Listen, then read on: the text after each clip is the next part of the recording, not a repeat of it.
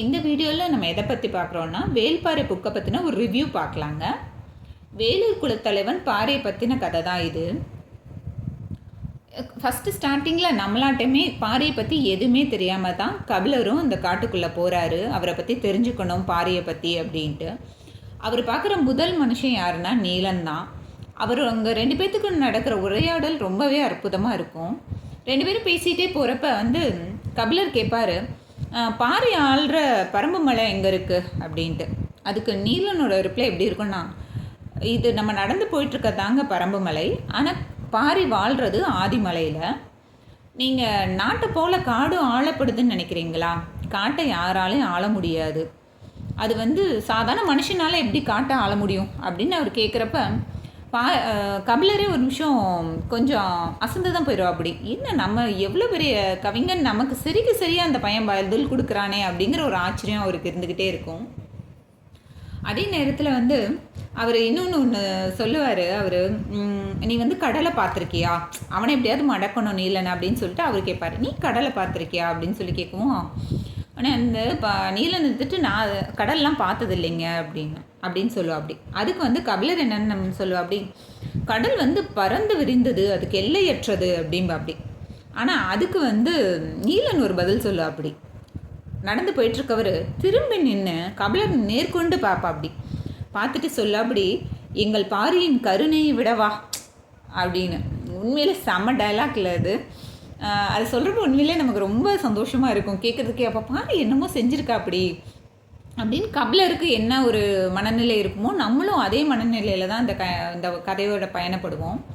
இந்த கதையில் பார்த்திங்கன்னா பாரியோட நட்பு, காதல், அவனோட பொறுப்புணர்ச்சி, அந்த ஒரு மேலாண்மை, அந்த அத்தனை பேர்த்தையும் ஒரு கட்டுக்கோப்பாக வச்சுருக்குது, இதெல்லாம் அவ்வளோ அழகாக சொல்லியிருப்பாங்க. பெரியவங்களுக்கு எப்படி மதித்து நடக்கிறா அப்படிங்கிற எவ்வளோ பெரிய ஆளாக ஒரு பாரியை சொன்னால் கூட அவங்களோட ஆசானுக்கு எவ்வளோ தூரம் மதிப்பு கொடுத்துருக்கா அப்படிங்கிறது ஒவ்வொன்றுமே இந்த கதையில் அழகாக சொல்லியிருப்பாங்க.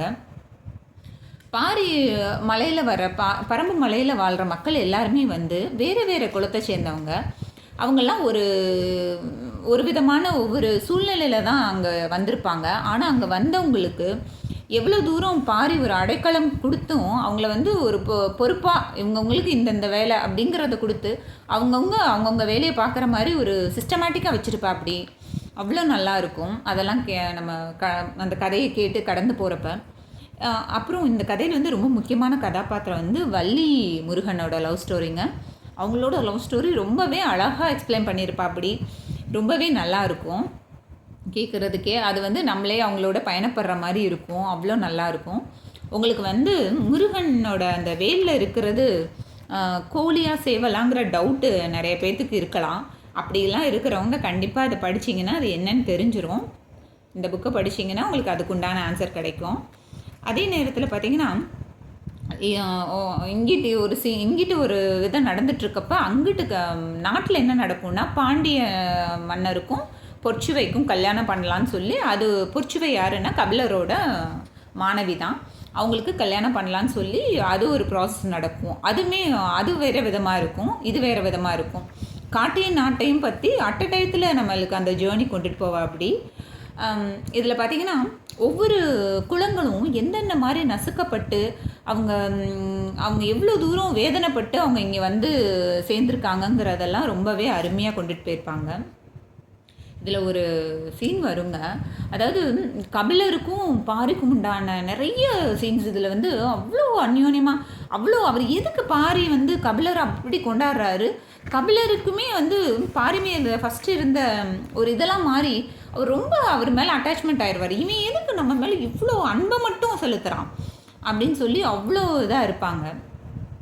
பாரிக்கும் கபிலருக்குமான ஒரு உரையாடல் இருக்கும். அதில் சொல்லுவா, அப்படி நீங்கள் யாழி இருந்திருக்கா, யாழிங்கிற இப்போ நம்ம கோயிலெல்லாம் பார்ப்போம், யாழிங்கிறது இருந்திருக்கா அப்படின்னு சொல்லி கபிலர் அப்படி இருந்திருக்க வாய்ப்பு இல்லை அப்படிங்கிற மாதிரி சொல்லுவா. அப்படி அப்போ பாரி சொல்லுவா, அப்படி இல்லைங்க, அந்த மிருகம் இருந்திருக்கு.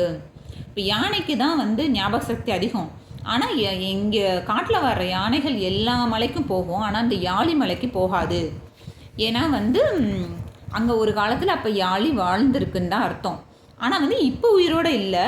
ஏன்னா அழிவை மட்டுமே கொடுக்குற மிருகம் வாழ்கிற சீக்கிரமாக அது இதாயிரும், இறந்துரும், அவங்க வந்து அழிஞ்சிருவாங்க அப்படி.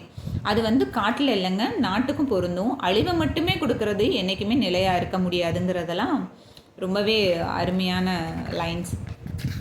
அதே மாதிரி ஆதினிக்கும் பாரிக்கும் கல்யாணம் சீன்லாம் இருக்கும் இல்லைங்க, அதெல்லாம் ரொம்பவே நல்லாயிருக்கும். அவங்க எப்படி போய் மீட் பண்ணாங்க, அவங்க ஃபஸ்ட்டு மீட்டிங் எப்படி இருந்துச்சு, என்ன மாதிரி அப்படிங்கிறதெல்லாம் சொல்லுவாங்க. அது ரொம்பவே நல்லாயிருக்கும். ஆதினியோட திருமணத்துக்கு முன்னாடி ஆதினி உங்கள் ஊருக்கு பாரி இவங்க போகிறப்ப பார்த்தீங்கன்னா அதுக்கு முதல் நாள் ராத்திரி ஒரு கடம்பை மரத்துக்கு அடியில் படுத்திருப்பாங்க. யாரோ புதுசாக ஆளுங்க வந்து இங்கே பக்கத்தில் படுத்திருக்காங்களேன்னு சொல்லி ஆதினி உங்கள் ஊருக்காரங்க வந்து அவங்கள சுற்றி நைட்டே நின்றுவாங்க. ஆனால் ஒன்றுமே செய்ய மாட்டாங்க. பாரியும் காலையில் எழுந்திரிச்சு தான் கேட்பா, அப்படி ஏன் நீங்கள் நைட்டே வந்துட்டீங்கல்ல, ஏன் நீங்கள் பகல் வரைக்கும் எங்களை ஒன்றுமே கேட்காம இருந்தீங்க அப்படிங்கிறப்ப அவங்க சொல்லுவாங்க பாருங்க, கடம்பு மரத்துக்கு கீழே வேலை ஊனி படுத்திருக்கவங்ககிட்ட நாங்கள் காவல் தான் காக்க முடியும், நாங்கள் அவங்கள ஒன்றும் செய்ய முடியாது, எழுப்ப முடியாது, அதுதான் எங்கள் வேலை, காவல் காக்கிறது தான் எங்கள் வேலை அப்படின்னா அது ஒரு அறம் தான். இந்த கதையில் நிறைய அறத்தை பற்றி சொல்லுவாங்க. கபிலரை நீலன் கூட்டிகிட்டு வந்தான் பார்த்தீங்களா, அப்பயே இது மாதிரி தான் நடக்கும். அவர் கால் வலிக்குதுன்னு சொல்லுவார்.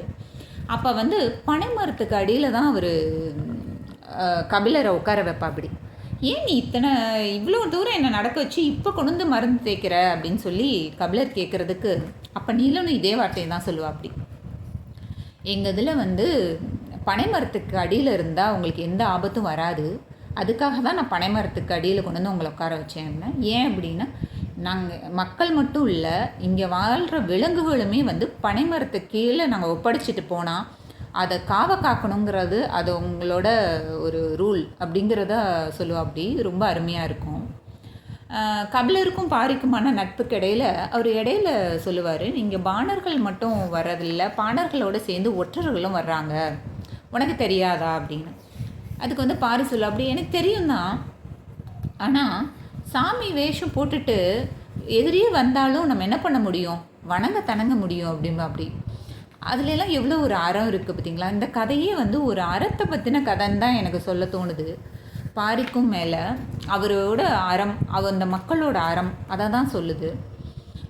இதுக்கப்புறம் பார்த்திங்கன்னா ஒரு விலங்கு அந்த காட்டில் வாழுது. அந்த விலங்கை வந்து இவங்க வேற ஒருத்தவங்க மூலியமாக கடத்திட்டு போகிறாங்க. அவங்க வந்து கடத்திட்டு போகிறப்ப அந்த பாரியும் அவங்களோட ஆசானெல்லாம் சேர்ந்து அந்த விலங்கை காப்பாற்றுறதுக்காக அவங்க படுற பாடு, அந்த ஒரு சின்ன போராட்டம்லாம் பார்த்திங்கன்னா அவ்வளோ நல்லாயிருக்கும், யதார்த்தமாக சொல்லியிருப்பாங்க. ஆனால் அதே நேரத்தில் அந்த திருடிட்டு போக வந்தாங்கன்னு சொன்ன பார்த்தீங்களா, அவங்க யாருன்னு தெரிகிறப்ப அந்த பாரி உடஞ்சி அழுவான் பாருங்கள். உண்மையிலே நமக்கு மனசில் ஒரு பாரத்தை ஏற்றிருங்க அந்த நிகழ்ச்சி. நம்மளால் அதுக்கு மேலே கொஞ்சம் நம்மளையே நம்ம ஆஸ்வாசப்படுத்திட்டு தான் அடுத்து நம்ம பேஜே டேர்ன் பண்ண முடியும், அந்த அளவுக்கு இருக்கும். அதுக்கப்புறம் பார்த்திங்கன்னா போர் வரும். அதாவது 3 வேந்தர்களும் சேர்ந்து பாரி கூட போர் பண்ணுறாங்க. எல்லாம் இது பண்ணுறப்ப பார்த்திங்கன்னா அவங்களுக்கு தெரிஞ்சிருது கபிலர் மலையில் தான் இருக்கார். நம்ம வந்து கபிலர் மூலியமாக ஒரு செய்தி அனுப்பி நம்ம சொல்லுவோம், போகிற எப்படி இப்போ மாறி வேணான்னு சொல்கிற மாதிரி நம்ம சொல்லுவோம் அப்படின்னு. அப்போ வந்து கபிலர் பேச்சுவார்த்தை நடத்துகிறப்ப கபிலர் சொல்கிறாரு, இல்லை போர் வந்து கண்டிப்பாக நடக்கும், நீங்கள் வந்து தப்பான வழியை தேர்ந்தெடுத்துட்டீங்க, நடக்க தான் போகுதுன்னு. அப்போ வந்துட்டு இல்லை நீங்கள் தான் எப்படியாவது சொல்லி போரை நிப்பாட்டணும் அப்படிங்கிறப்ப கபிலர் சொல்கிறாரு, நீங்கள் போரை நிப்பாட்டுறதுக்கு உங்களுக்கு ஒரே வழி தான் இருக்குது, என்ன நீங்கள் அரெஸ்ட் பண்ணி வச்சுருங்க, என்ன சிறப்பிடிச்சிங்கன்னா பாரி வந்து போர் வேணான்னு சொல்லிடுவா அப்படி அப்படின்னு. பாரியை பற்றி ஒன்றுமே தெரியாமல் யார் இந்த பாரின்னு தெரிஞ்சுக்கலான்னு போன கபிலர் நமக்காக பாரி போரவே நிப்பாட்டுவான்னு தோணுச்சுன்னா அவருக்கும் பாரிக்குமான நட்பு எந்த அளவுக்கு இருந்திருக்குன்னு பாருங்கள். அவர் எந்த அளவுக்கு அவர் பாரியை நம்பி இருக்காருன்னு பாருங்கள். அவர் அதிக காலம் வாழ்ந்தது மூவேந்தர்களோட தான்.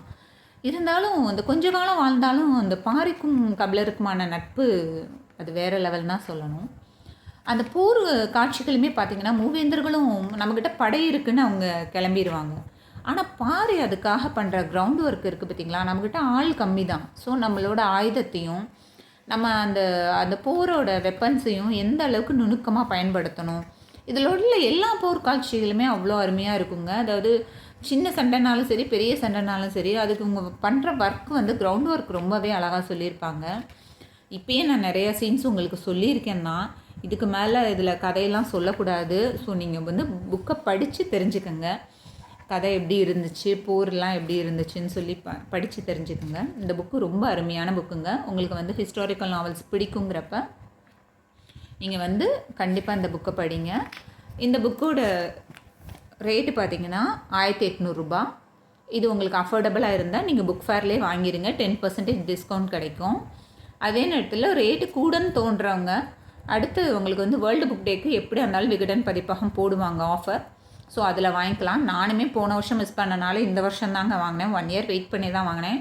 இந்த புக்குக்காக கண்டிப்பாக ஒரு வருஷம் நம்ம வெயிட் பண்ணி வாங்கலாம். இந்த ரிவ்யூ உங்களுக்கு பிடிச்சிருந்தா சேனலை சப்ஸ்கிரைப் பண்ணுங்கள்.